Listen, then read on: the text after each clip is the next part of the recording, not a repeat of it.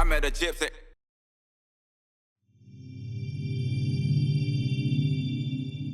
For me, watching, this is my first time at the event physically, but obviously followed it every year. It seems like the progression of what you would call like this new era of freestyle between year one and now is pretty insane. Like, you could see the first year it was very intimidating. Like, these are the best riders in the world. Like, they're handpicked to be at this event. But it seems like this year, man, everyone has just stepped up so much. I think what's good about this year is, like, and we talked about this before. Hang on, you start talking because I'm about to sneeze. I don't know what the hell you're going to say, so I'll wait for you to sneeze. Come on, Get it out, you jackass. We can wait. Yeah. There we go, he's back. All right, we're back. What I was going to say is a good thing about the rider selection this year is all these guys have a motocross background. Yeah. Yep. And I think with the way the sport's gone recently, it's kind of moved away from just like that traditional 75-foot, Just scenario. the ramp tramps. Yeah, and then, I mean, back in the day, we were talking like this course reminds us of the early days of freestyle motocross when we had Do Tour and we had these gnarly courses. Red Bull X Fighters, Gravity Games. But they were like expensive courses to build, and they were only there for one night. Yeah, so it just kind of like it made sense for a minute, and then when everything changed and live events, whatever, you had to get a certain amount of people into the door to be able to pay for that. So that just didn't become realistic for our sport. So then obviously it went down to just demos, and then you go to like a freestyle comp, just like it's just going to be standard jumps because it's a cost thing.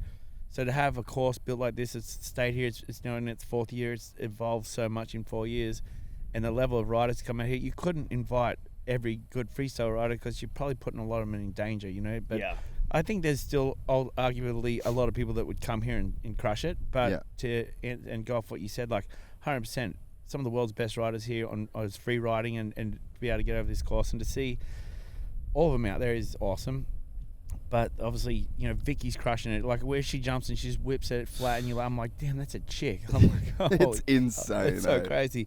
But Julian, everyone's got strengths. Everyone's ripping it, and there's been other people that aren't even in the competition. A lot of them, some of the kids riding here are too young, but they've been crushing it. Yeah, and they're all vibing off each other. And then the course, like they got some of these really steep hip jumps out there in the free ride section, and it's definitely evolved and the level's gone up, and with the way this event's structured now, the fun side of it's coming through. It's really in a really cool spot this year. And like you said too, with like the riders this year, I think in the very beginning of this contest, it's like you didn't really want too many freestyle guys here because it was more of like a free ride event. Yeah. And if a gnarly freestyle dude came here and did a trick on every jump, that's who's gonna win. You know what I mean? So it had to I think it evolved over the last 3 years, and I think where we're at now, this year was pretty stacked for the freestyle. Having and I think two of the gnarliest dudes that were here this weekend were Julian and McNarls. Yeah. Like I was like, these dudes are gonna battle. Like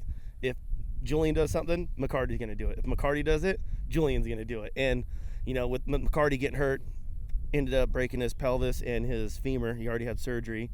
I talked to him this morning. He's good. He's like, I'm just bummed I'm not there. He's like, I've been looking forward to this event for years. Yeah, it's he's kind like, of built for him, right? Yeah, and he's like, I blew it. You know what I mean? But that's the thing with these contests is like when you want to win, you look at something, you're like, I got to jump this because I want to have one up on these guys. And no one was looking at that jump. Like, yeah, and it's like it's not when you're riding on gnarly courses like this. If you get the vibe like, oh, I'm going to jump this thing, you kind of want to get it out of the way. Yeah.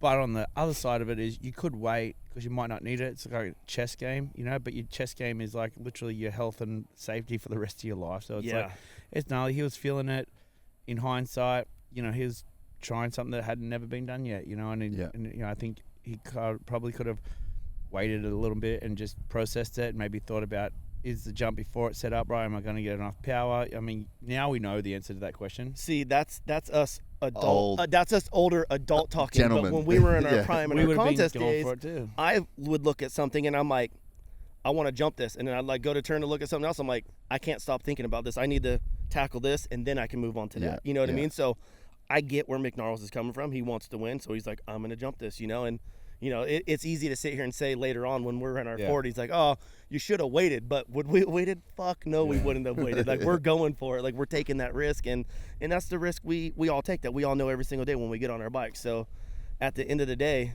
it is what it is. Yeah. It's just gnarly that there's like the sport's at the point where, I mean, it's been there for a long time, but the flip side of it, if things go wrong, it's like it could be a bigger deal. But no one's thinking like that out there. Everyone's just like they're in the moment, they're vibing.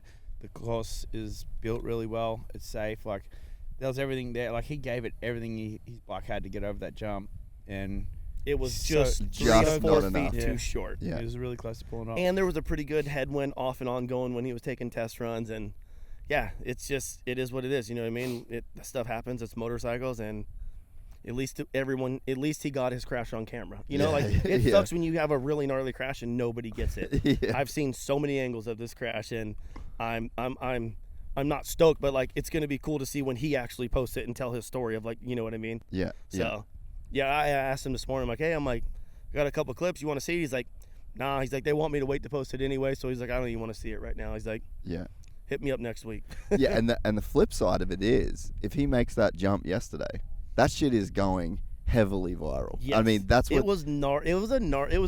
I don't know how big the first jump was. It had to have been 65, maybe 70 feet into like 157-foot gap, like over the Fast House Tower, super blind. You can't see the landing. Like, the jump was sick. When we were looking at it, I was like, there's no way of like, even you can't speed run it. You know what I mean? It's one of those ones that's it's all in or not. So you know when you're off the lip, like, uh-oh. And the fact that he was like processing to do that at that point, I was like, there's so many other jumps out here you could go and, you know, but he was looking for something gnarly and he found it. And they don't call him McNarls for no reason. Yeah, and I mean, when you like, if he had pulled that, he probably would have flipped it really soon. Dude, he was so close to being perfect, and literally, like, it was like a 3-foot window of like not hitting that little knuckle. You know what I mean? And it was just a harsh landing. And when his arm blew off, it was just there was nothing he could do. Yeah. So what's you're probably a great person to speak to on this, but what's that thought process when you're lining up a jump that these jumps here, there's not a tabletop. Like you can't half jump, you know what I mean? You can't half jump it. You can't test the lip other than just rolling it. So it's like, what is that thought process and like, where is your head at? Like if you put yourself in McNall's body yesterday. Yeah, I think like as a rider, you know, you think about the lip and then the distance. You know, 2 things you want to know and assess, right? You look at the lip and you're like, oh yeah, that lip's kind of like the one jump I did here. So you're like going back to like what you've experienced before, and you know, for the most part, you know what your bike can do in second gear flat out, how far it jumps third gear flat out. You look at the distance, you're like, all right, well I know this is a third gear jump, or maybe this is a fourth gear, like barely on it, or third gear pinned, you know, so you kind of know the wheelhouse of what you need to do, and then you kind of carry some speed over it, and you feel like, oh, it's setting up, I think I can carry fourth, or maybe it's third, or whatever it is. And so that's kind of the thought process, is you have to be calibrated pretty much at the end of the day. You want to be on point with your bike, knowing how far it can go. You want to go and hit some bigger jumps and get the feel. And I think the people who are, you know, like McNalls and Julian and TB, like they're free riding guys. They're going out there. They're not just hitting a 75-foot jump all the time and then have this freak ability where they can go and judge these jumps. They have it from past experience. So it really comes down to your experience and how fresh that is and how much you trust yourself that your calibration's right. And a lot of times too, like when you see someone eyeing up a jump, it's because they in their head think they can jump that jump. Yeah. And the last thing you want to do is go over and like lower their confidence and be like, I don't know, I don't think you got it, man. And then that's in their head the whole time. It's like when I see Bereman or Axel or someone like that eyeing something up and they're asking me questions, like I'm watching them take test runs and they're like, what do you think? Like, I'll be straight up like, I think you need to go faster. I'm like, dude, if I was going to hit it, I would hit it like that, you know? But I'm not 100%. You're the one who has that feeling. And being a rider and coming from that background and wanting to do big jumps, when you turn that corner, you know that feeling of like, oh, fuck, I got this, you know? Yeah. And 95% of the time, it works out. Yeah. So it's always on you. It's not really on anyone else. Like, someone can come up and tell you, yeah, you got it, or no, you don't. But it's like in your head, you know if you have it or if you don't. Yeah. So for me, it's hard for me to be like, hey, I don't think you should jump this right now. I'm like, hey, if you're confident in doing it, let's go. Like, what do you need from me to help you? Like, because I don't want to lower someone's confidence right before they go do something gnarly, you know?